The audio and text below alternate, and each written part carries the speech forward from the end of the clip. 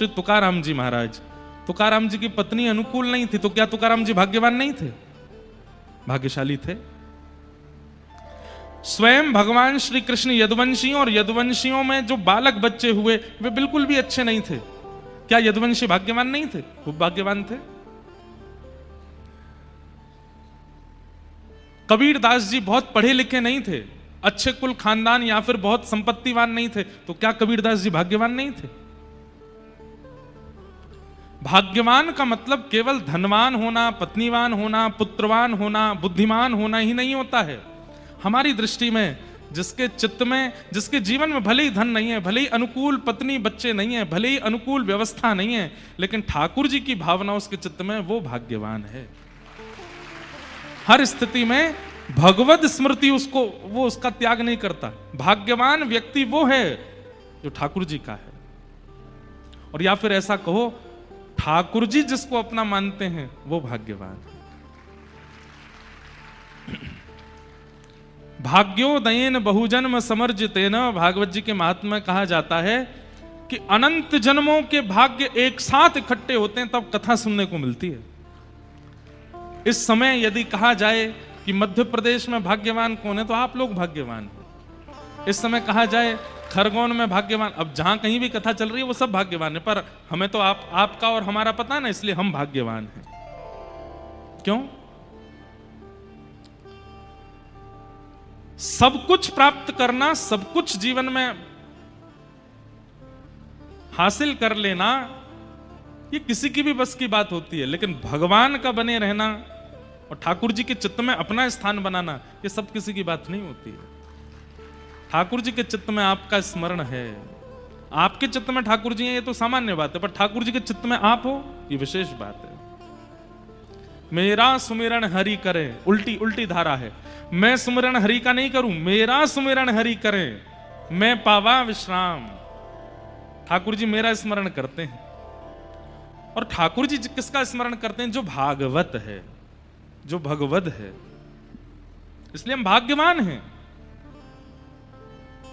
कि हमें कथा प्राप्त हुई है, क्योंकि कथा ही इस योग्य बनाती है कि ठाकुर जी की स्मृति में हम आवें, ठाकुर जी के स्मरण में हमारी गणना हो जाए।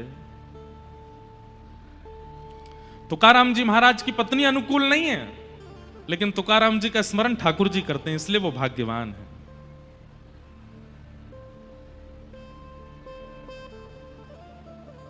कबीर दास जी की पत्नी अनुकूल है, लेकिन परिवार अनुकूल नहीं है, लेकिन वो भाग्यवान है क्योंकि ठाकुर जी उनका स्मरण करते हैं। मीराबाई राजकुल में जन्मी है, मीराबाई का सब कुछ राजकुल राज युक्त है, लेकिन वो इसलिए भाग्यशाली हैं क्योंकि ठाकुर जी उनका स्मरण करते हैं। इसलिए आप भाग्यशाली और मैं भाग्यशाली, क्योंकि इतनी भयावह दुनिया की स्थिति होती जा रही है, फिर भी हम ठाकुर जी का स्मरण कर रहे हैं, ठाकुर जी हमारी स्मृति में हैं। ये इस बात का प्रमाण है कि ठाकुर जी भी हमको स्मरण करते हैं, तभी हम उनको स्मरण कर पा रहे हैं। सोचिए, व्यक्ति पर अतिशय प्रतिबंध लगा दिए गए, लेकिन फिर भी व्यक्ति अपनी प्रियतमा से बात कर लेता है, हैं? जैसे कई परिवार के लोग अपने घर के बेटे को पता चल जाए किसी से बात करता है तो उस पर अतिशय प्रतिबंध लगा देते हैं। तुम फोन नहीं चलाओगे, तुम सोशल मीडिया नहीं चलाओगे, इसका इंटरनेट कट करवा दो, इसका बाहर निकलना बंद करो, बाइक की चाबी अपने पास धर लो, इसको पैसे देना बंद कर दो। पर वो इतना चतुर चंट, वो कहीं ना कहीं से फिर भी बात कर लेता है। पता चली 5 साल बाद ब्याही हो गया, इतना रोका गया फिर भी तुमने उसको प्राप्त कर लिया। इसका मतलब क्या है? भले ही उसके कनेक्शन काट दिए गए थे, पर सामने वाला भी तो प्रयास कर रहा था, जिससे वो बात करता था वो भी तो प्रयास कर रही थी, और फिर कहीं ना कहीं से दोनों में संबंध ऐसा हुआ कि घर वालों को ब्याह करना ही पड़ा। ऐसे ही ठाकुर जी के साथ है। कितने भी प्रतिबंध संसार लगा दे। संसार के प्रतिबंध क्या है पता है? संसार ठाकुर जी से ज्यादा लोभ दिखाता है, फोन के थ्रू, सोशल मीडिया के थ्रू, माया के थ्रू, भोजन के नए नए पदार्थों के थ्रू, व्यसनों के द्वारा और दुनिया में मनोरंजन के द्वारा हम लोगों के मन को खींचने का प्रतिबंध लगाता है कि कहीं कैसे भी ठाकुर जी के पास ना चले जाएं। लेकिन इतने प्रतिबंधों में भी, इतने प्रतिद्वंदों में भी व्यक्ति ठाकुर जी को भज लेता है, वो भाग्यशाली है। फिर ठाकुर जी भी प्रियतमा की तरह कैसे ना कैसे भी करके उसके पास आ ही जाते हैं। इतने प्रतिबंध थे लेकिन फिर भी तुमने मुझे याद किया, तुमने मेरा स्मरण नहीं छोड़ा। आज ये कोई अतिशयोक्ति वाली बात नहीं है। आप लोग कथा सुन रहे हैं, आज की तारीख में बहुत कठिन है। कलयुग चरम पर नहीं आया है, पर चरम की राह पर है। हर दिन कलयुग बढ़ रहा है, हर दिन कलयुग अपने माया के पैर पसार रहा है, लेकिन फिर भी इतनी भयावह स्थिति में भक्ति अभी घट नहीं रही, लोगों में बढ़ रही है। हमारे वृंदावन में भी आजकल बाढ़ आई हुई है, खूब पानी बढ़ गया है जमुना जी का।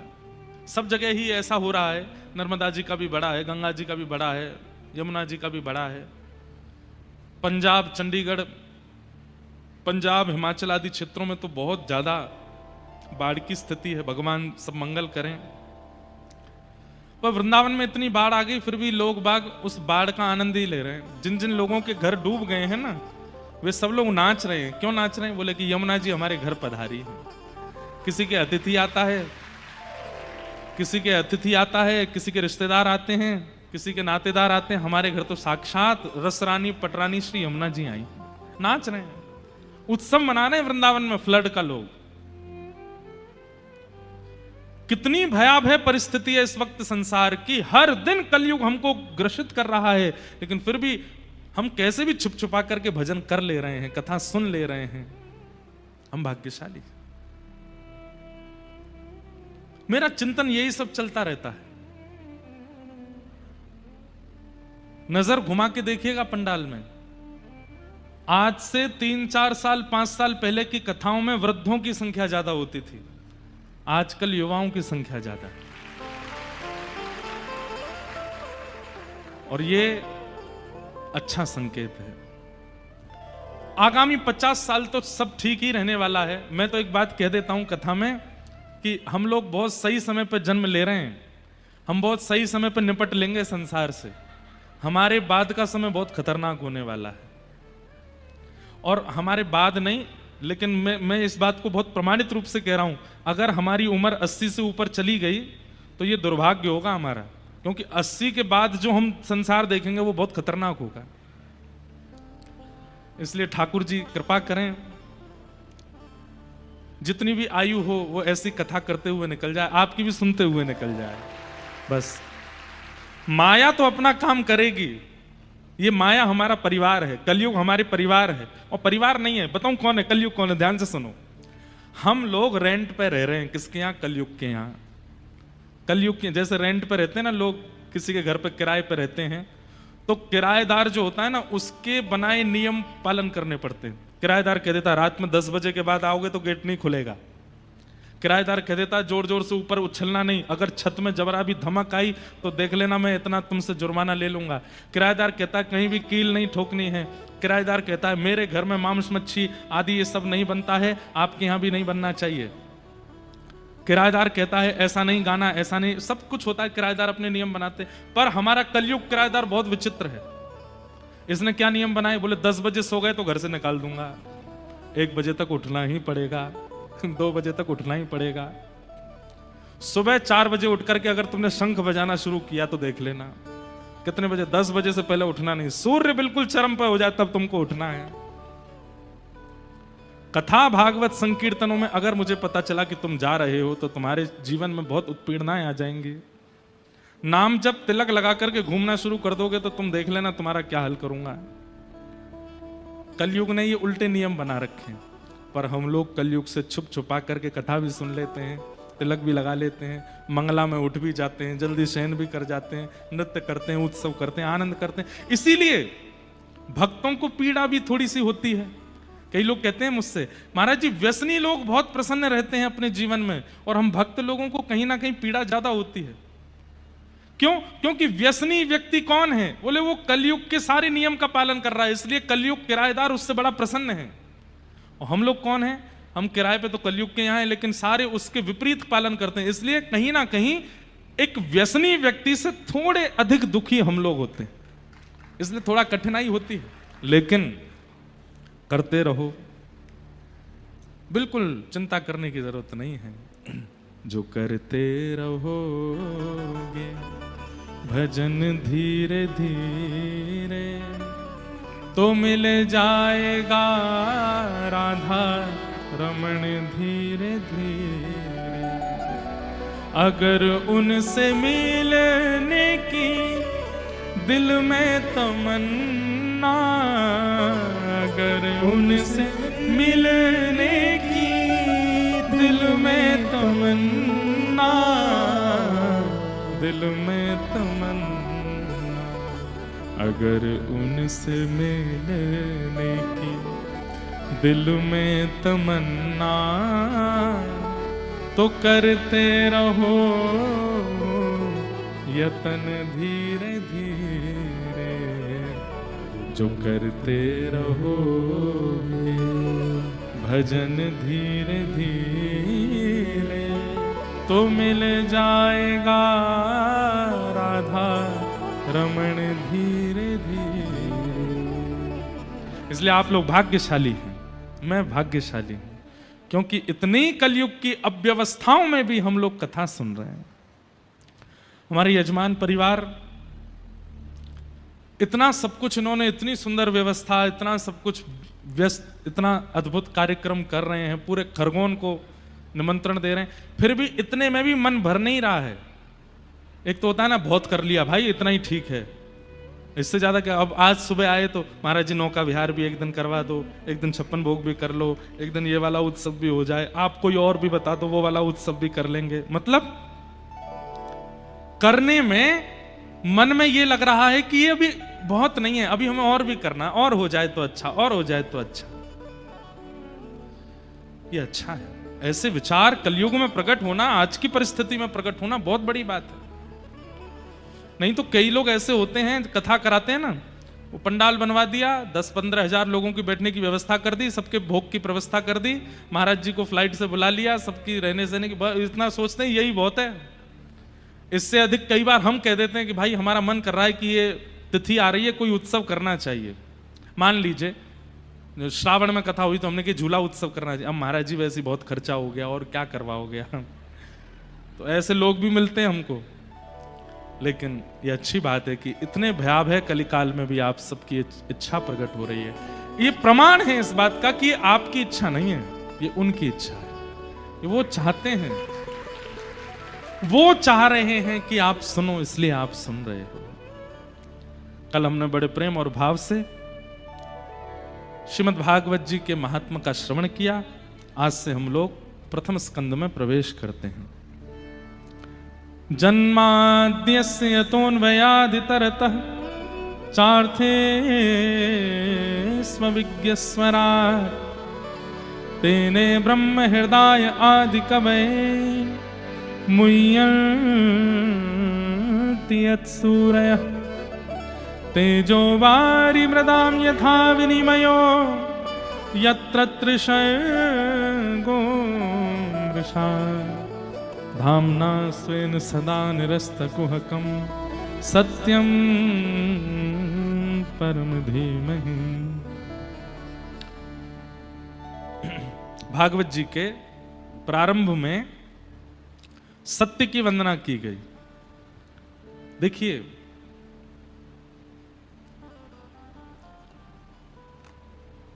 कैसी विचारधारा है भागवत के रचनाकार श्री वेदव्यास जी की।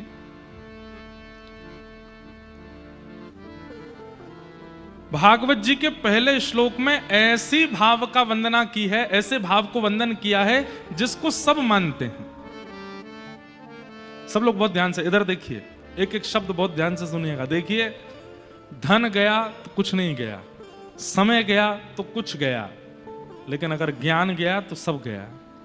इसलिए ये समय दोबारा पता नहीं कब आएगा खरगोन में, इसलिए एक एक क्षण सुन लीजिए, एक एक शब्द सुन लीजिए। आजकल एक शब्द चलता है ब्रॉड माइंडेड। क्या चलता है? अब ब्रॉड माइंड को बहुत गलत तरीके से प्रयोग किया जाता है। जो माता पिता बच्चों को रोकते टोकते नहीं, वो कौन है? ब्रॉड माइंडेड हैं। जो माता पिता ज्यादा धर्म आदि का पालन नहीं करते वो कौन है? वो ब्रॉड माइंडेड हैं। जो बच्चा वेज भी खा ले नॉन वेज भी खा ले ब्रॉड माइंडेड है, बेचारा जीव खा लेता है, ब्रॉड माइंडेड है। अभी थोड़ा सा एक दो चीजों में ब्रॉड माइंडेड नहीं चलता है, जैसे कि विवाह के बाद एक पति है एक पत्नी एक दूसरे के साथ रहते हैं तो ठीक है, एक से अधिक के संग रहने लगेंगे, आगामी कलयुग में उसको भी ब्रॉड माइंडेड कहा जाएगा, सही में कहा जाएगा।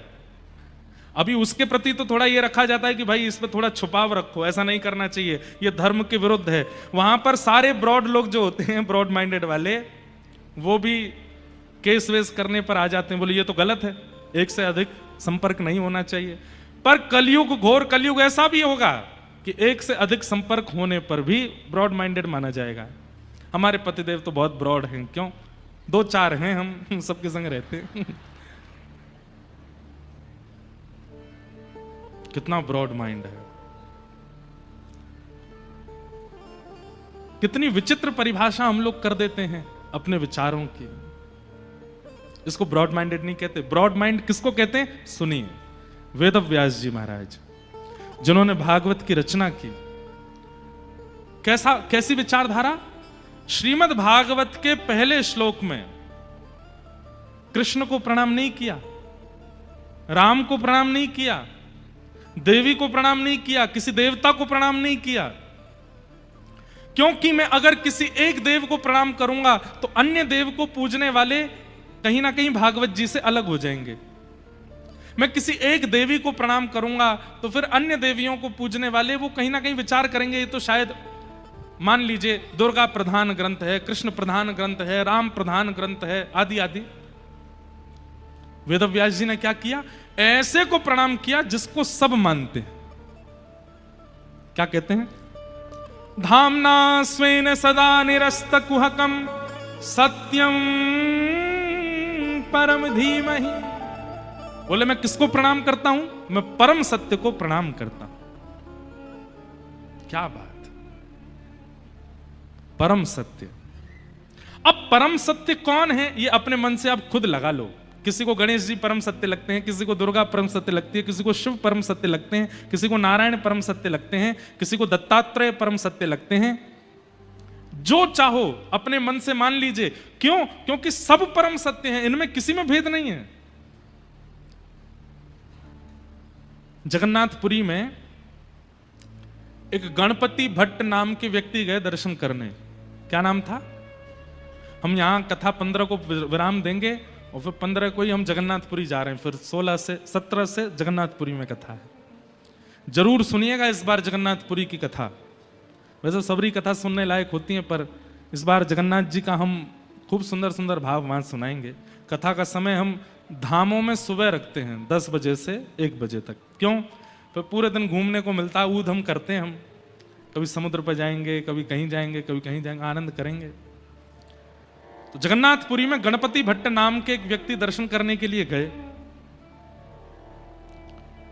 उनको किसी ने बोल दिया कि जगन्नाथपुरी में गणेश जी विराजमान हैं, और वो गणेश जी के परम उपासक थे। इतने बड़े उपासक थे कि गणेश जी के अलावा किसी को देखते ही नहीं थे। इसको कहते हैं अनन्य उपासना। क्या कहते हैं? और देवता चित्त न धरहि, हनुमत से ही सर्व सुख करहि। इसी को कहते हैं अनन्य उपासना, केवल एक के रहना। तो गणपति भट्ट जी जो थे वो गणेश जी के बहुत बड़े उपासक, लेकिन किसी ने उनसे कह दिया विनोद में कि आप जगन्नाथपुरी चले जाओ, वहां पर गणेश जी का बहुत सुंदर विग्रह है।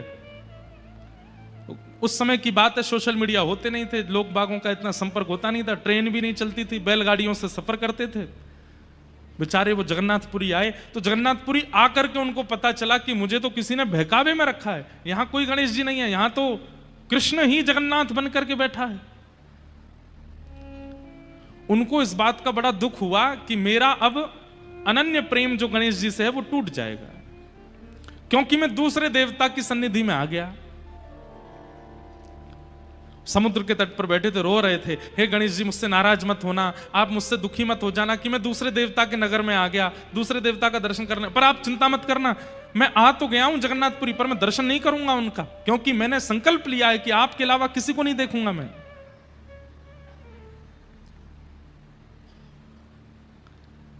जगन्नाथ प्रभु उनके इस अनन्य भाव से रीझ गए। जगन्नाथ जी के मन में आया कि देखो कैसा भक्त है कि गणेश जी के अलावा किसी को देखेगा ही नहीं। मुझे इसकी अनन्यता प्रिय लगी। और श्री जगन्नाथ जी एक छोटे से बालक का रूप धारण करके गए और समुद्र के तट पर रो रहे गणपति भट्ट जी से जाके बोले, क्यों रो रहे हो आप? स्वयं भगवान गए। तो गणपति भट्ट बोले, चले जाओ यहां से। और मुझे भड़का दिया, किसी ने बोल दिया कि यहां तो गणेश जी बैठे हैं, मैं उनका दर्शन करने के लिए आ गया। और मुझे बाद में यहां आके पता चला कि यहां तो छलिया माखन चोर कन्हैया बैठा है। मैं तो सीधे साधे गणेश जी का उपासक हूं, मैं और किसी देवता को नहीं पूछता। मेरी अनन्यता टूट गई, इसलिए मैं रो रहा हूं। तो जगन्नाथ जी बालक के रूप में गए, उसको बोले, अरे भैया किसी ने नहीं बहकाया तुमको, तुम सही आए हो। यहां जगन्नाथ जी साक्षात गणेश ही हैं। और तुमको नहीं विश्वास होता तो एक बार मेरे साथ चल के दर्शन कर लो। नहीं नहीं, मैं दर्शन तो बिल्कुल नहीं करूंगा। क्यों? नगर में आके मेरी अनन्यता टूट गई, दर्शन कर लूंगा तो और अनन्यता टूट जाएगी, बिल्कुल नहीं जाऊंगा मैं। तो जगन्नाथ जी बोले, भैया देखो तुम अनन्य हो ना, गणेश जी के अनन्य भक्त हो? बोले हाँ। तो गणेश जी के सामने आने पर अगर तुम उनका दर्शन नहीं करोगे तो भी तो अनन्यता टूट जाएगी ना। मैं तुम्हें वचन देके कह रहा हूं कि जगन्नाथ जी गणेश जी हैं, और अगर तुम उनका दर्शन करने नहीं जाओगे तो भी तो तुम्हारी अनन्यता टूट जाएगी। अब तो गणपति भट्ट बोले, आपने तो मुझे अब दुविधा में डाल दिया, अब मैं क्या करूं? तो बालक बोला, एक काम करो, तुम आंख पे पट्टी बांध के चलो और जा करके उनका स्पर्श करके देखने ना। अगर लंबोदर, लंबा पेट अनुभव हो, लंबी सूंड अनुभव हो, लंबी कान हाथ में स्पर्श करने पर आ जाएं, पट्टी खोल के दर्शन कर लेना। सूंड, कान और उदर ये तो गणेश जी का ही है ना, ये और किसी का तो होगा नहीं। गणपति भट्ट बोले, बात तो ठीक है आपकी। अच्छा, प्राचीन हमने भी संभवतः 2008 या 9 की बात होगी और पुरानी बात होगी, उस काल में जगन्नाथ जी के भीतर गर्भगृह तक जाने की अनुमति तब भी थी। एक समय होता था दिन भर में हर दर्शनार्थी भीतर जाते थे और भीतर जाकर के जिस वेदी पर जगन्नाथ जी बैठे हैं उस वेदी की परिक्रमा करके निकलते थे बाहर। और उससे भी पुराने समय में, मतलब 1950 1960 के समय में लोगों को भीतर जाकर के जगन्नाथ जी को हृदय से लगाने का अधिकार भी था, स्पर्श करने का अधिकार था। वो तो फिर बाद में मुगल आक्रांता और कई हमारे हिंदू समाज के कई लोगों ने मंदिरों को अशुद्ध करना शुरू कर दिया। अपने भीतर जबरदस्ती माम शादी लेके जाते और मंदिर में जाके फेंक देते थे अशुद्ध करने के लिए। इसलिए फिर आचार्यों ने अपरस की सेवा कर दी, बंद कर दिया, कोई और अंदर नहीं आएगा, केवल पुजारी जी जाएंगे। नहीं तो पहले सारे मंदिरों में सबको अधिकार था ठाकुर जी के सामने जाकर के स्पर्श करने का। इसलिए पुराने मंदिरों में आप देखेंगे आज भी दक्षिण में कई मंदिरों में मुख्य द्वार पर जल की व्यवस्था होती, सब लोग हाथ धोते हैं, पैर धोते हैं, अपने सिर पर छींटा मारते हैं, तब भीतर जाते हैं। क्यों? प्राचीन काल में सब बाहर से ही शुद्ध होके जाते, फिर ठाकुर जी का स्पर्श करते थे, बाद में फिर बंद हो गया। तो गणपति भट्ट आंखों पर पट्टी बांध करके पहुंच गए जगन्नाथ जी के पास। जैसे ही पहुंचे, ब्रह्म वेदी पर जगन्नाथ जी विशाल स्वरूप विराजमान हैं, भी ऊपर चढ़ करके सबसे पहले तो पेट पकड़ा, तो लंबोदर, बड़ा पेट है तो गणेश जी। एक बार सूंड और देख लूं, थोड़ा हाथ ऊपर करके नाक पर रखा तो लंबी सूंड भी हाथ में आ गई। ठाकुर जी जैसे हाथी किसी के ऊपर अपनी सूंड रख के ऐसे गुदगुदाता है, ऐसे ठाकुर जी उसको गुदगुदाने लगे। वो और खुश हो गया, बोले ये तो गणेश जी हैं। एक बार और देख लूं, कानों पर हाथ रखा तो लंबे लंबे कान। उसको विश्वास हो गया कि ये तो मेरे गणेश जी हैं। तुरंत जैसे ही उसने पट्टी हटाई, सूंड भी गायब हो गई, कान भी गायब हो गए, तो जगन्नाथ जी हैं। ना सूंड है ना कान है, कुछ नहीं है, जगन्नाथ जी खड़े। अब जगन्नाथ जी को देख करके वो तो घबरा गया, बोले अरे राम राम राम राम राम, अभी तो सूंड थी, कहां चली गई? फिर आंख पर हाथ रख के फिर से हाथ लगा के देखा तो फिर सूंड, और हाथ हटा के देखा तो सूंड है ही नहीं। इतना व्याकुल हो गया, रोने लगा, मेरी अनन्यता तोड़ दी, छलिया कन्हैया तुमने मेरी अनन्यता तोड़ दी। मैं आंख बंद करता हूं तो बहलूपिया बन जाते हो, खोलता हूं तो अपने रूप में आ जाते हो। प्रकट हो गए भगवान, हृदय से लगा लिया। और गणपति भट्ट से कहा, ये भेद क्यों मानते हो? गणेश जी बड़े हैं, शंकर जी बड़े हैं, नारायण बड़े हैं, ये भेद क्यों करते हो? मेरे विलास अनेक हो सकते हैं, मुझे जब सृष्टि का संहार करना होता है तो मैं ही महादेव के रूप में आ जाता हूं, मुझे जब किसी के कार्य को पूर्ण सिद्ध करना होता है तो मैं ही गणपति बन जाता हूं, मुझे जब लोक संहार करना होता है तो मैं ही दुर्गा बन जाता हूं, और मुझे जब प्रेम उपासकों का प्रेम स्वीकार करना होता है तो मैं ही कृष्ण रूप में आ जाता हूं। ये मेरे ही विलास हैं, मुझ में और समस्त देवी देवताओं में कोई अंतर नहीं है, इसलिए भेद मत मानो। और उस दिन ठाकुर जी ने नियम ले लिया कि आज के बाद जगन्नाथपुरी में स्नान पूर्णिमा के दिन ठाकुर जी 108 कलशों से स्नान करते हैं, और स्नान करने के बाद फिर गणेश जी का रूप धारण करते हैं। आज भी सूंड कान गणपति भट्ट की स्मृति में महाप्रभु जगन्नाथ जी का गजानन भेष होता है, हाथी बनते हैं ठाकुर जी गणपति भट्ट के लिए। ठाकुर जी से ज्यादा ब्रॉड माइंडेड कौन होगा? सबरे देवी देवता स्वयं ही हैं, लेकिन सबके अलग अलग रूप धारण करके सब में पूजन कराते हैं। वेदव्यास जी महाराज ने विचार किया, मैं किसी अन्य एक देव का अगर स्मरण करूंगा तो हम लोगों की विचारधारा में आएगा कि भागवत में सबसे पहले श्लोक में इस देवता की वंदना है, इसका मतलब ये देवता सबसे बड़े हैं, और हम बाकियों में भेद दृष्टि रखने लगेंगे। और दूसरी बात, जो अन्य देवी देवताओं के उपासक हैं वे लोग सोचेंगे कि ये तो कृष्ण का ग्रंथ है, हमको क्यों सुनना है, ये तो राम जी का ग्रंथ है, हमको क्यों सुनना है। और मैं तो कहूं हिंदू सनातनी धर्मावलंबी नहीं है, अन्य अन्य धर्म पंथों के भी अगर हैं तो वे लोग तो विचार करेंगे ये तो सनातनी धर्मों का है, हम लोग क्यों जाएं, हम लोग बाइबल पढ़ने वाले, कुरान पढ़ने वाले, हम भागवत जी के आश्रम में क्यों जाएं। इसलिए वेदव्यास जी ने विचार किया कि मैं ऐसी वंदना करूं कि जिसको सब पूजते हैं और सबका पूजनीय सत्य है। कुरान पढ़ने वाले भी सत्य को मानते हैं, बाइबल पढ़ने वाले भी सत्य को मानते हैं, बौद्ध धर्मावलंबी भी सत्य को मानते हैं, और हिंदू वैदिक सनातन धर्मी भी सत्य को मानते। और कहां तक कहूं, जो किसी धर्म को नहीं मानते उनको क्या बोलते हैं? जो किसी धर्म को नहीं मानते उनको क्या बोलते हैं? क्या बोलते हैं? नास्तिक। अंग्रेजी में क्या बोलते हैं? हाँ, एथिस्ट, नास्तिक, एथिस्ट। जो नास्तिक है वो भी सत्य को मानता है, जो किसी देवता को पूजता नहीं है, जो किसी धर्म का पालन नहीं करता, वो भी सत्य का वंदन करता है। इसका मतलब नास्तिक भी चाहे तो कथा सुन सकते हैं, धर्मावलंबी चाहे तो कथा सुन सकते हैं, हमारे मुस्लिम भाई चाहे तो वो भी कथा सुन सकते हैं, हमारे ईसाई चाहे तो वो भी कथा सुन सकते हैं, क्योंकि श्रीमद् भागवत सबके लिए है, ये किसी एक धर्म व्यक्ति के लिए नहीं है। इतना ब्रॉड माइंड किसी का नहीं है, बुरा नहीं मानिएगा। कुरान में या बाइबल में जो उनके धर्म का पालन नहीं करते हैं उन लोगों को देखना भी पाप बताया गया है। अन्य धर्म पंथों में जो उनके धर्म पंथ का पालन नहीं करता, ऐसे व्यक्ति से मिलना देखना भी कहीं ना कहीं उसको पाप बताया गया। पर हमारे वेदव्यास जी महाराज को देखो, जो भी सत्य को पूजता है पूरे विश्व में वो सब ही इसके अधिकारी हैं, वो सब आकर के इनका वंदन कर सकते हैं। ये भागवत जी। अरे कहां तक कहें, सत्य को जानवर भी मानते हैं, सत्य को जानवर भी स्वीकार करते हैं। आप कहेंगे कैसे? रात्रि होती है तो कई जानवर सो भी जाते हैं, और दिन होता है तो कई पक्षी चहकने लग जाते हैं। क्यों? वे भी दिन को स्वीकार करते हैं, रात्रि को स्वीकार करते हैं, भोजन को स्वीकार करते हैं, वंशवर्धन को स्वीकार करते हैं। ये सब सत्य है।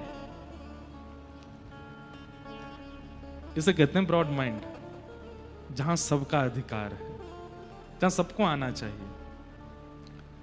कोई प्रचार का विषय नहीं है, पर अभी हमने दीक्षा देना प्रारंभ किया 2 महीना पहले, और दीक्षा कोई हम अपना शिष्य नहीं बनाते हैं, अपनी परंपरा में उस व्यक्ति को अपनी परंपरा का पालन करना सिखाते हैं। कि रामानुजाचार्य जी, यामुनाचार्य जी, सटकोप स्वामी जी, इस परंपरा में जो आचार्यों की प्रणाली है उस प्रणाली से तुम चल करके तुम भी भगवत प्राप्ति करो। हिंदुओं ने तो ली है दीक्षा, मुस्लिमों ने भी दीक्षा ली, और हमें कैसे पता चला? वैसे तो इतने सारे लोगों ने ली, अभी तो हम नहीं दे रहे, बहुत सोच समझ के धीमे धीमे दे रहे हैं, समय भी बहुत लगता है। पर हमारी परंपरा में ये होता है कि 5 संस्कार होते हैं, उनमें एक संस्कार होता है नामकरण संस्कार। तो व्यक्ति का जो वास्तविक नाम है वो पूछा जाता है, फिर उसको एक वैष्णव नाम दिया जाता है। जैसे मान लीजिए आपका नाम रमेश है, तो हम आपका नाम फिर कुछ और रखेंगे, जैसे हमने रख दिया रंगनाथ रामानुजदास, ये अब आपका वैष्णव नाम हो गया। अब जब भी आप ठाकुर जी को प्रणाम करोगे, जब भी आप गुरुजनों को प्रणाम करोगे, तो इसी नाम से प्रणाम करोगे। तो हमने पूछा भाई तुम्हारा नाम क्या है?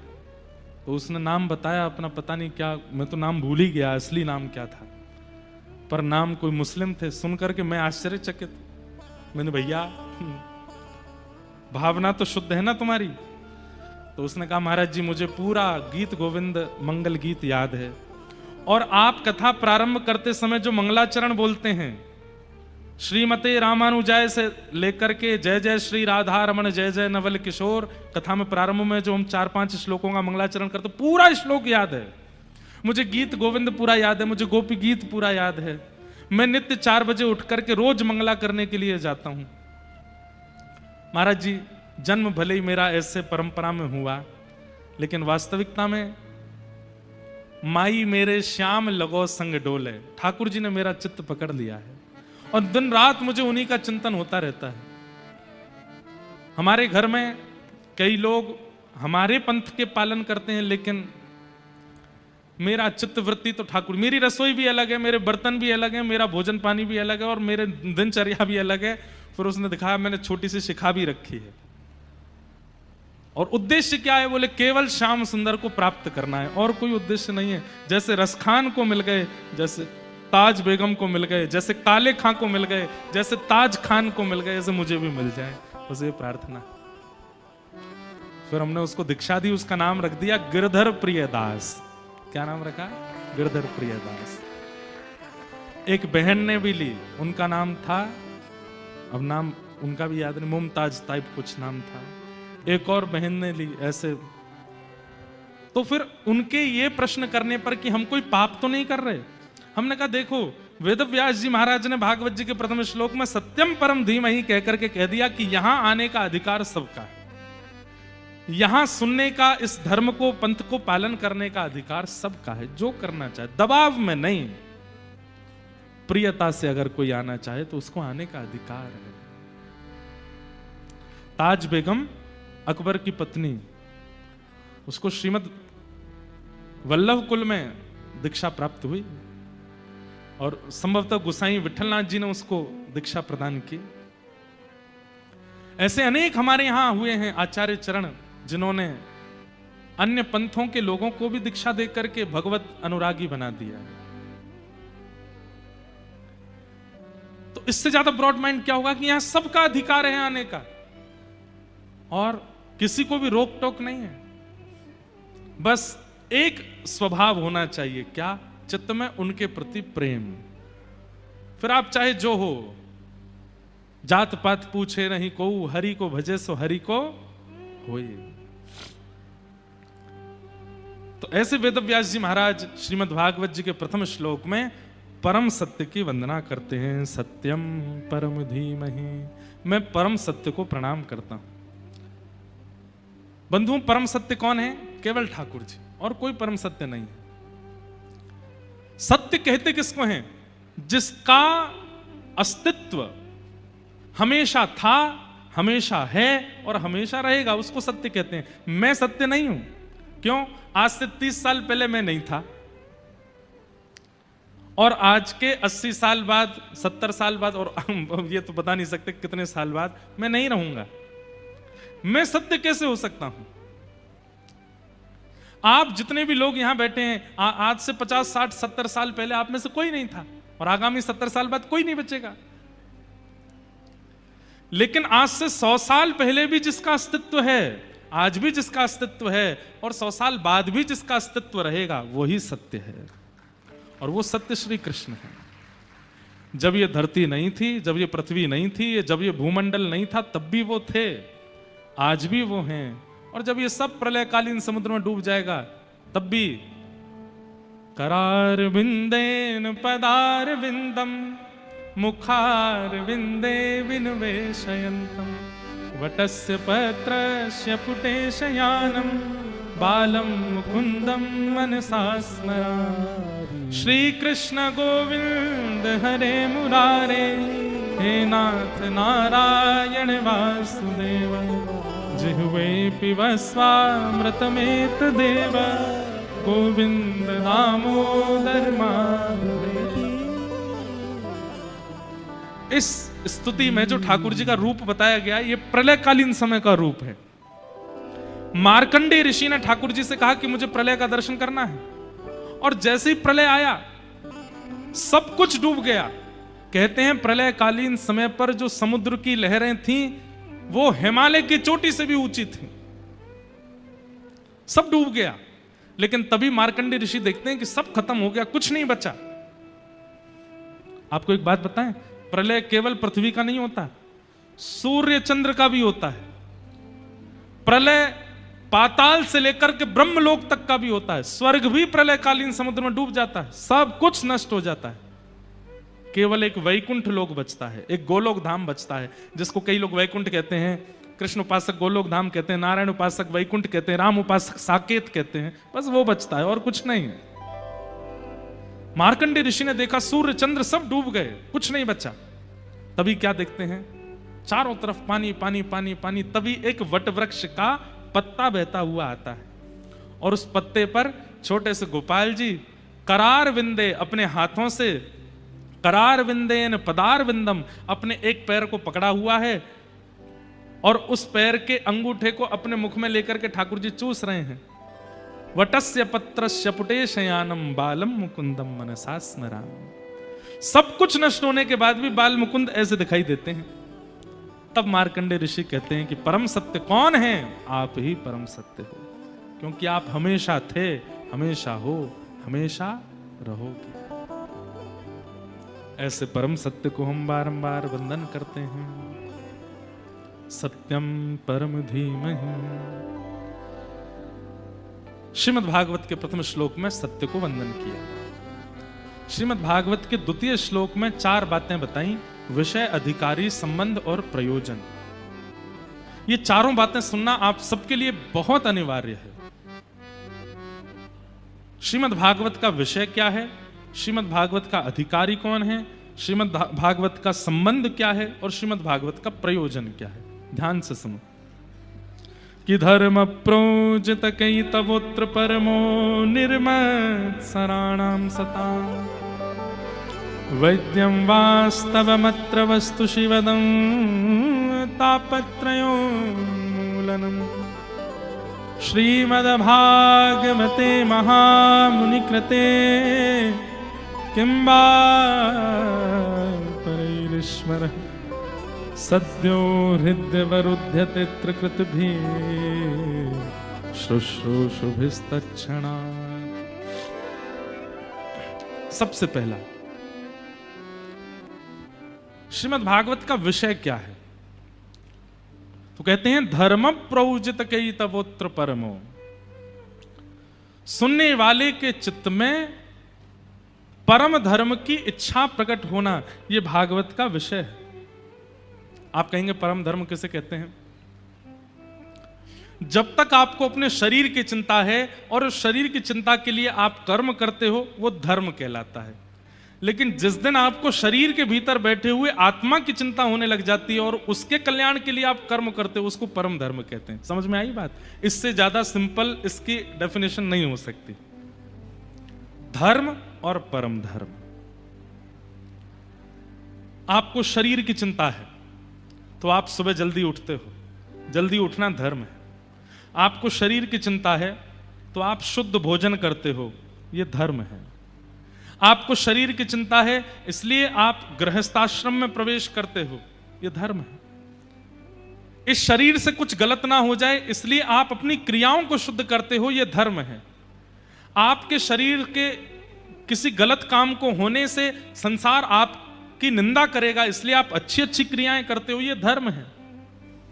मान, प्रतिष्ठा, यश, वैभव, कीर्ति, धन, संपत्ति आदि कमाते हो, ये सब धर्म है, क्योंकि शरीर प्रधान है।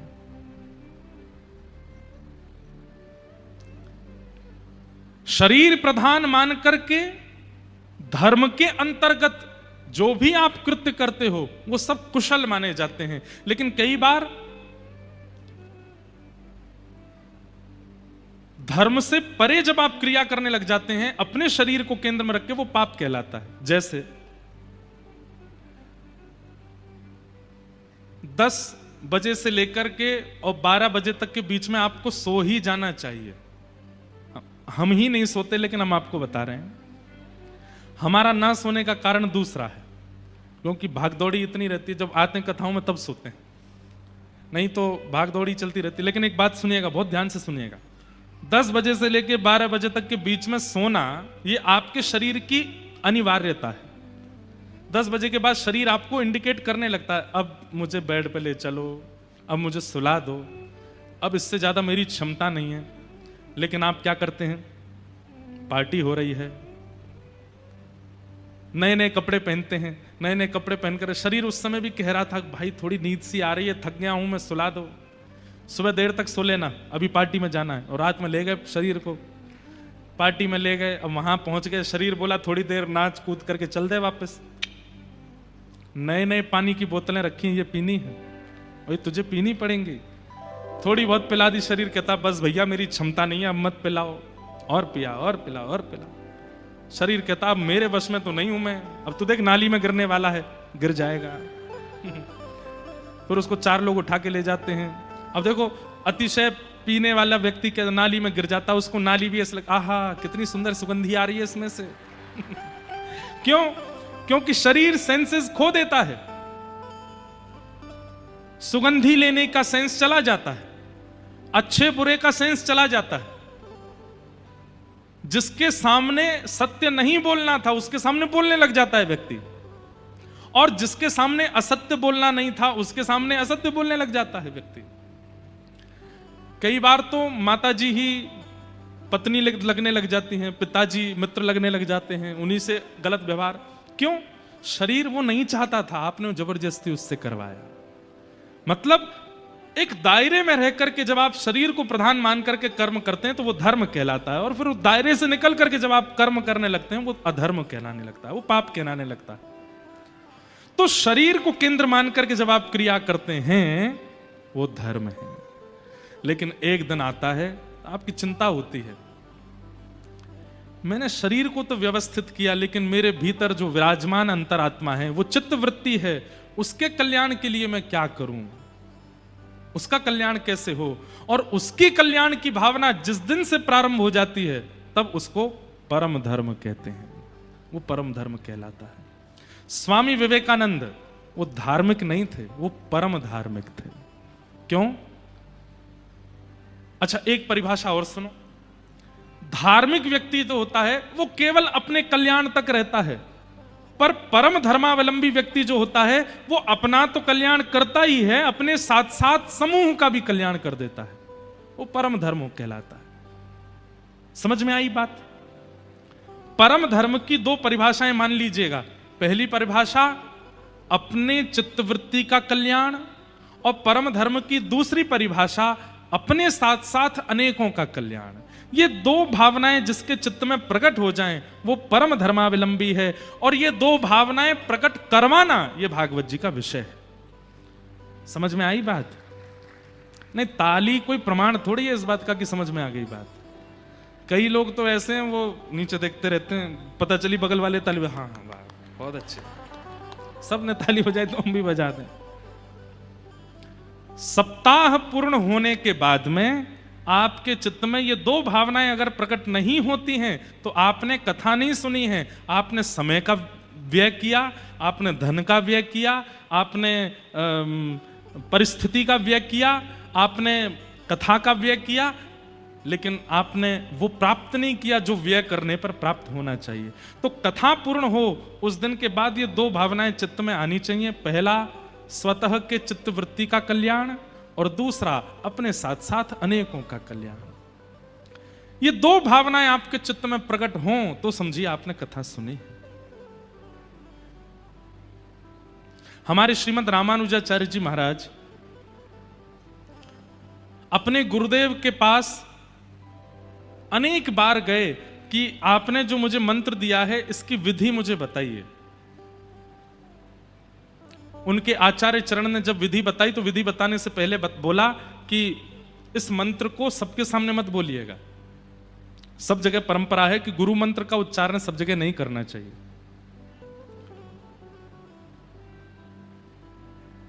गुरु मंत्र सबको नहीं बताना चाहिए।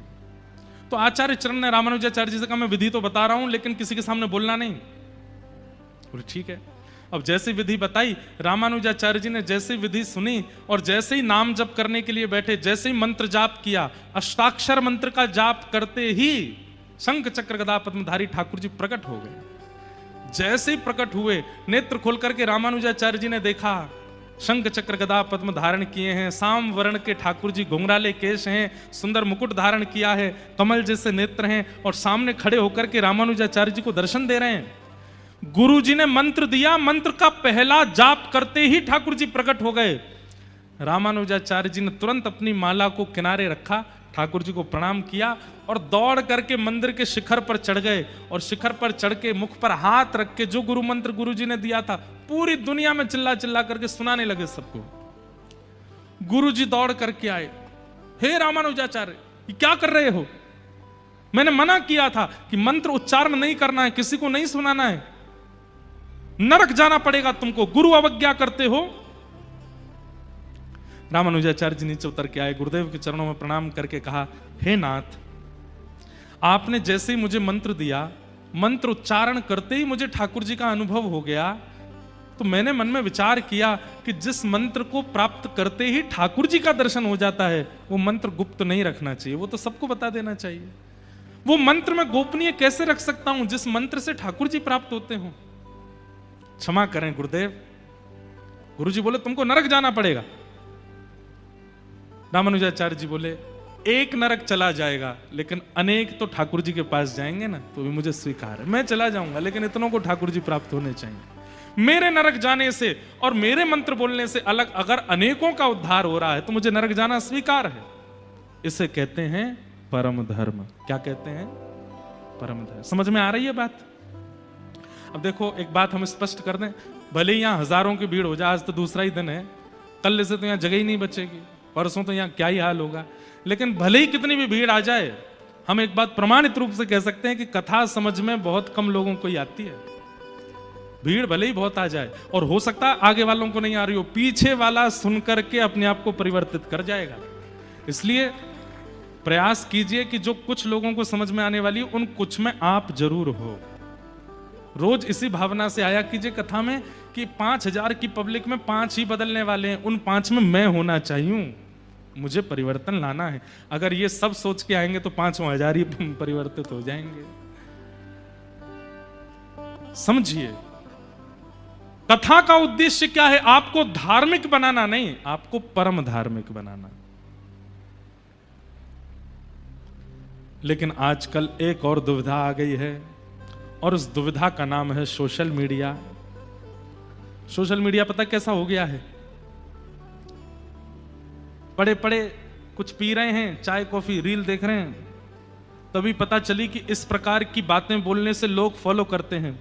तुरंत गए शीशा के सामने, बाल बाल काटे, तिलक चंदन लगाया, स्टैंड पर रख दिया, कैमरा ऑन करके, जय श्री कृष्णा, आप सब लोगों को आज का सुविचार बताना है, ऐसा करने से ऐसा होता है, ग्रहण में ये काम करना चाहिए, ग्रहण में ऐसा नहीं करना चाहिए, और सब काम बता करके और फिर जाए सोफा पे जाके पड़ गए। कितने लोगों ने देखा, कितने खुद ग्रहण में कुछ नहीं किया पूरी दुनिया को बता दिया।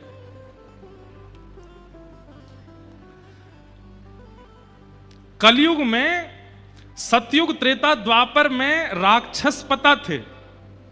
सतयुग में सबको पता है 2 ही राक्षस हैं, कौन? हिरण्यकश्यप, हिरण्याक्ष।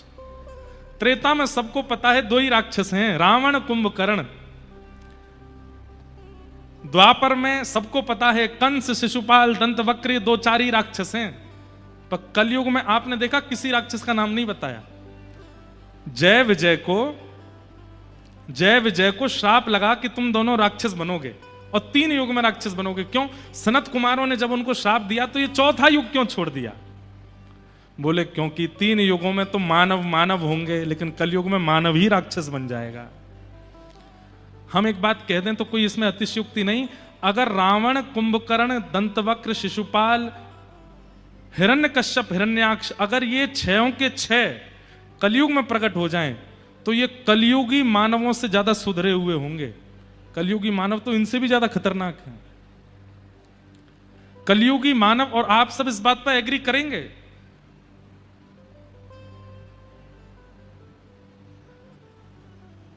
पहले इंदौर की पहचान होती थी महाकाल भगवान से। पहले इंदौर की पहचान होती थी कि पास में नर्मदा जी भी हैं। पहले इंदौर की पहचान होती थी कि बहुत स्वच्छ है, सबसे स्वच्छ नगरी है। आजकल इंदौर की पहचान हो रही है एक पत्नी अपने पति को मार देती है यहां पे। अब सोचो ये कलयुग नहीं है? ऐसा तो किसी राक्षसी ने भी नहीं किया अपने समय पर। हम किसी को दोष नहीं दे रहे हैं, पर मैं परिस्थिति बता रहा हूं। किसी व्यक्ति का दोष नहीं है, किसी कन्या का दोष नहीं है, यह कलयुग का प्रभाव है। आप विश्वास मान लीजिए, आप नाम जप करते हैं रोज, लेकिन कलयुग कल आपकी मति बदल दे तो इसमें कोई बहुत बड़ी बात नहीं है। आप नित्य भजन करते हैं, नित्य नाम जप करते हैं, नित्य कथा सुनते हैं, नित्य दान पुण्य करते हैं, लेकिन कौन सी घड़ी में आपके कौन से अपराध का मार्ग लेकर के कलयुग आपकी बुद्धि में प्रविष्ट होकर के आपकी बुद्धि को भ्रमित कर दे, कोई पता नहीं है। इसलिए कलयुग में कई लोग सोचते हैं कि हमने एक बार कथा तो सुन ही ली, एक बार यज्ञ तो कर ही लिया, 2-4 एकादशी तो कर ही ली, इनका अरे भाई कुछ नहीं होगा। एक दिन भी अगर आपने नागा किया और उसी दिन को माध्यम बना करके कलयुग आपकी बुद्धि में प्रविष्ट हो जाएगा और आपसे ऐसे कृत्य करवा देगा। अब जिस किसी भी कन्या ने वो काम किया, पति को मरवाया या जो कुछ भी करवाया, आज वो इतनी ग्लानि में है कि मैंने ऐसा क्यों कर दिया, और वो स्वयं नहीं समझ पा रही होगी कि मैंने ये क्यों किया। हमने तो न्यूज वगैरह पे देखा, उनके सब परिवार के लोग कह रहे वो ऐसी तो नहीं थी, वो ऐसा तो व्यवहार नहीं था, ऐसे विचार तो नहीं थे। और हर दोषी व्यक्ति के परिवार के लोग अपने ही बालक पर विश्वास नहीं कर पाते कि वो ऐसा कैसे हो गया, ऐसा तो नहीं था। ये कलयुग है। रावण जन्म से ही राक्षस है, शिशुपाल, दंतवक्र जन्म से ही राक्षस हैं, लेकिन कलयुग में व्यक्ति जन्म से महात्मा है, लेकिन कब राक्षस बन जाए ये उसको खुद को नहीं पता होता। इसलिए एक क्षण भी नाम के बिना निकलने मत दीजिए। जैसे कोविड से बचने के लिए वैक्सीन थी, डॉक्टरों ने कहा कि एक बार वैक्सीन लगवा लो तो फिर आपको कोविड नहीं होगा। लोगों ने वैक्सीन लगवा ली, फिर बोले बूस्टर डोज लगवा लो, कोविड नहीं होगा। सब लोग कोविड में जैसी वैक्सीन लगवा ली, उसके बाद बिना मास्क के घूमने लगे। और कोई कहता भाई मास्क तो पहन, ए देख सर्टिफिकेट देख मेरा, वैक्सीन लगवा ली मैंने, है ना। ठीक वैसे ही कलयुग में हर क्षण आपको नाम की वैक्सीन लेनी ही लेनी है। कलयुग में आप एक बार के नाम से आपका कुछ नहीं होगा, आपको हर क्षण लेना ही पड़ेगा, हर क्षण बोलना ही पड़ेगा, हर क्षण करना ही पड़ेगा। नहीं तो वो नाम, नहीं तो कलयुग एक क्षण भी आपके खाली समय को देखेगा, वहीं से प्रविष्ट हो जाएगा आपके अंदर। इसलिए कलयुग केवल नाम आधारा, सुमिर सुमिर नर उतना ही पारा। कलयुग में यज्ञ करने की जरूरत नहीं है, कलयुग में तप करने की जरूरत नहीं है, कलयुग में अनुष्ठान करने की आवश्यकता नहीं है। कलयुग में केवल एक आवश्यकता है, हर क्षण, हर घड़ी, हर पल बस हरि नाम करते रहो। जिस देश में, जिस वेश में, परवेश में रहो, राधा रमण, राधा रमण, राधा रमण कहो। जिस देश में, जिस वेश में, परवेश में रहो, क्योंकि मेरे प्राण धन राधा रमणा, मेरे प्राण धन राधा रमणा। इसलिए भैया कलयुग में एक ही वैक्सीन है, पर कोरोना वायरस इतना खतरनाक नहीं है, कलयुग बहुत खतरनाक है।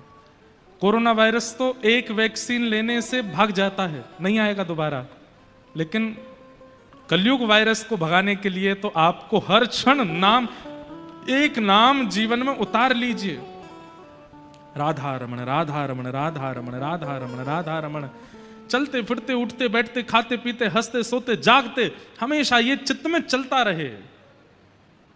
हरे कृष्ण कृष्ण कृष्ण हरे हरे, हरे राम राम राम हरे हरे, महामंत्र चलता रहे। बस 1 मिनट के लिए भी ये नाम आपको छोड़े ना। एक बात बताएं आपको, नाम का एक बहुत सुंदर भाव है। आपको पहले पकड़ना पड़ता है और कुछ दिन आप पकड़ के रखते हैं, लेकिन फिर कुछ समय बाद होता है नाम आपको पकड़ लेता है। और जब नाम आपको पकड़ता है तब क्या होता है? हमारे गोवर्धन में एक महाराज जी थे, उनका नाम था ठाकुरदास बाबा। क्या नाम था? ठाकुरदास बाबा। मैंने उनका अंतिम काल में दर्शन किया। हम लोग माला जपते हैं तो ऐसे उंगली से माला आगे करते रहते हैं, इस उंगली का प्रयोग नहीं करते, ऐसे जपते रहते हैं। उन महाराज जी ने नाम को पकड़ा। जब तक माला हाथ में है तो समझो आपने नाम को पकड़ा है, लेकिन नाम आपको पकड़ लेता है तो क्या होता है? माला छूट जाती है, लेकिन ये चलता ही रहता है। उन महाराज जी का जब हमने दर्शन किया, वो अत्यंत वृद्ध अवस्था में, उनको उठाने के लिए भी 2 लोग आते थे, चलाने के लिए 4 लोग लगते थे। सब क्रिया उनकी 2 और लोगों से ही होती थी, लेकिन उनकी उंगली ऐसी ही चलती रहती थी, माला नहीं होती थी, और उनके होठ अपने आप फड़कते रहते थे। ऐसी स्थिति हो गई कि रात्रि गहरी नींद में भी उनके होठ फड़कते रहते थे। क्यों? क्योंकि नाम ने उनको पकड़ लिया। और सही मानिएगा, ऐसे लोग ही कलयुग में बच पाएंगे, नहीं तो बच भी नहीं पाओगे, बच नहीं पाओगे। कलयुग बहुत खतरनाक है। जिन क्रियाओं को न्यूज में आप लोग देख करके आश्चर्य करते हैं, कोई आदमी इतनी हैवानियत कैसे कर सकता है, अगर आपने नाम आश्रय नहीं लिया तो आपके ऊपर भी वह हैवानियत आ सकती है और आपसे भी ऐसा कुछ करवा सकती है। इसलिए बहुत आश्चर्यचकित मत होइए। आश्चर्यचकित तब होइए कि जब नाम मुफ्त का मिलता है फिर भी हम लेते नहीं है उसको, फिर भी जपते नहीं है उसको। कोई भी काम कीजिए ना, करोड़ों छापिए, कौन मना करता है आपको? करोड़ों का टर्नओवर कीजिए, बड़ा बड़ा बिजनेस कीजिए, खूब पैसा कमाइए, खूब धन धान्य, लेकिन नाम आश्रित रहिए, नाम का त्याग मत कीजिए। कलयुग बहुत खतरनाक है। हमारी बात समझ लीजिए, मान लीजिए। ये कलयुग कहीं आपसे कोई घटनाक्रम ना करवा दे, उसके लिए नाम मत छोड़िए। मैं तो नाम गुण गाऊंगो राधा रमणा, मैं तो नाम गुण गाऊंगो राधा। हमारे वृंदावन में देखिए, नजर घुमाओगे तो दीवारों पे लिखा होगा श्री राधा, व्यक्ति के पास जाओगे तो मुख से निकलेगा श्री राधा। हरिवंशियों के पास जाओगे तो कहेंगे राधा वल्लभ श्री हरिवंश, हरिदासियों के पास जाओगे तो कहेंगे कुंज बिहारी श्री हरिदास, रामानंदियों के पास जाओगे तो कहेंगे बोलो भाई सीताराम, रामानुजियों के पास जाओगे तो कहेंगे जय श्रीमन नारायण, गौड़िया वैष्णव परंपरा वालों के पास जाओगे तो वे कहेंगे हरे कृष्ण। सबके मुख पर नाम बैठा है, और ये नाम बस निरंतर आपके, कुछ करना नहीं है, बस नाम चलते रहना चाहिए मन में।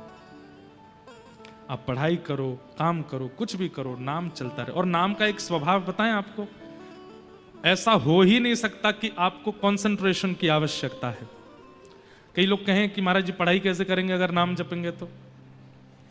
गोस्वामी तुलसीदास जी महाराज कहते हैं, भाव कुभाव अनख आलसहु, नाम जपत मंगल दिश दशहु। नाम चल रहा है मन में, स्टार्टिंग में आपको कंसंट्रेट होना पड़ेगा, लेकिन उसके बाद क्या होगा, वो जैसे हार्ट बीट चलती है, जैसे श्वास चलती है, जैसे कोई क्लिक जैसी चलती है, ऐसे मन में नाम चलता रहेगा। उसके साथ साथ आप सब काम कर सकते हो, बल्कि काम बिगड़ेंगे नहीं, काम और सुंदर हो जाएंगे। प्रसाद बनाओगे उसमें मधुरता आ जाएगी, कोई काम करने के लिए घर से बाहर निकलोगे काम सफल हो जाएगा, किसी व्यक्ति से मिलोगे वो पॉजिटिव हो जाएगा। नाम जापक व्यक्ति का एक स्वरूप होता है कि वो जहां जाता है पूरा ऑरा उसका हो जाता है, क्योंकि उसके रोम रोम से नाम प्रकट होना प्रारंभ हो जाता है। इसलिए भैया नाम आश्रित हो जाओ, कलयुग बहुत खतरनाक है। कलयुग बहुत विचित्र है, कहीं वो घटना हमसे ना करा दे। कितनी बार मैंने देखा कि मेरी कथा सुनने वाले श्रोता, औरों की कथा सुनने वाले श्रोता भी कथाएं सुनते थे, लेकिन वो भी ऐसा कृत्य कर बैठे कि हमें ही विश्वास नहीं हुआ, ये तो भाई कथा सुनते थे, ये कैसे बदल गए? नाम आश्रय नहीं लिया इसलिए भैया नाम का आश्रय ले लो। ये कलयुग बहुत खतरनाक है। हमारे व्रज में एक बाबा थे। बाबा पता है क्या करते थे? सीताराम सीताराम सीताराम बोलते थे। अब वृंदावन में सीताराम कम बोलते हैं लोग, राधे श्याम ज्यादा बोलते हैं। तो बाबा जाते और कॉलोनी में बच्चे खेल रहे होते, बच्चों से जाके बोलते, बोलो बच्चों सीताराम। बच्चे बोल देते सीताराम, लेकिन बच्चे थोड़े ऊधमी तो हैं, ब्रज के तो कुछ ज्यादा ही ऊधमी होते हैं। तो जैसे बाबा बुलवाते, बोलो बच्चों सीताराम, बच्चे बोलते सीताराम। थोड़ी देर बाद एक बालक बोलते, बाबा जी ब्रज मंडल है, यहाँ सीताराम पीताराम ना बोले, यहाँ तो राधे श्याम बोले। अब जैसे ही राधे श्याम बोले तो बाबा लेके डंडा पीछे भागे। अब बालक आगे आगे भागे, बाबा काय को भाग रहा हो? बोले सीताराम बोल, और ना बोलूंगा राधे श्याम बोलूंगा, तो और भागते। अब एक बच्चे के पीछे बाबा भागे तो बाकी बच्चे बोले, बाबा हम भी राधे श्याम बोलेंगे। तो जो जो राधे श्याम बोले बाबा सबके पीछे भागते। अब तो बच्चों को ये बढ़िया तरीका मिल गया मन लगाने का। छत पे खड़े हो जाते, जैसे बाबा, बाबा राधे श्याम। बाबा नीचे से कंकड़ उठा के फेंकता, अब मत बोलियो। बोले राधे श्याम। सीताराम बोल, सीताराम। राधे श्याम। वो बाबा प्रसिद्ध हो गए ब्रजमंडल में, राम बोला बाबा, सबसे राम बुलवाते थे। अब लोग बाग उनको छेड़ते थे, जिस गली मोहल्ला में निकल जाए सब बोलते बाबा राधे श्याम। तो उसी के पीछे पड़ जाते, द्वार पे खड़े हो जाते, जब तक सीताराम नहीं बोलेगा नहीं जाऊंगा। भीतर से सब लोग बोलते, बाबा हम तो राधे श्याम ही बोलेंगे। बोले तुम बोलते रहो राधे श्याम, जब सीताराम बोलोगे तभी जाऊंगा। उनके इस कृत्य के पीछे एक खेल था जिसको कोई समझ नहीं पाया।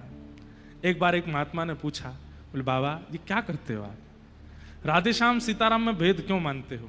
ऐसा सुनते ही उनके आंखों में आंसू आ गए। बोले भेद नहीं मानता तो मेरे राधे श्याम बोलने से चिढ़ जाने पर इन लोगों को और चिढ़ाने में मजा आता है, तो ये और राधे श्याम बोलते हैं, कम से कम इनका भजन तो बनता है, उतनी देर इनका नाम तो बोलता है।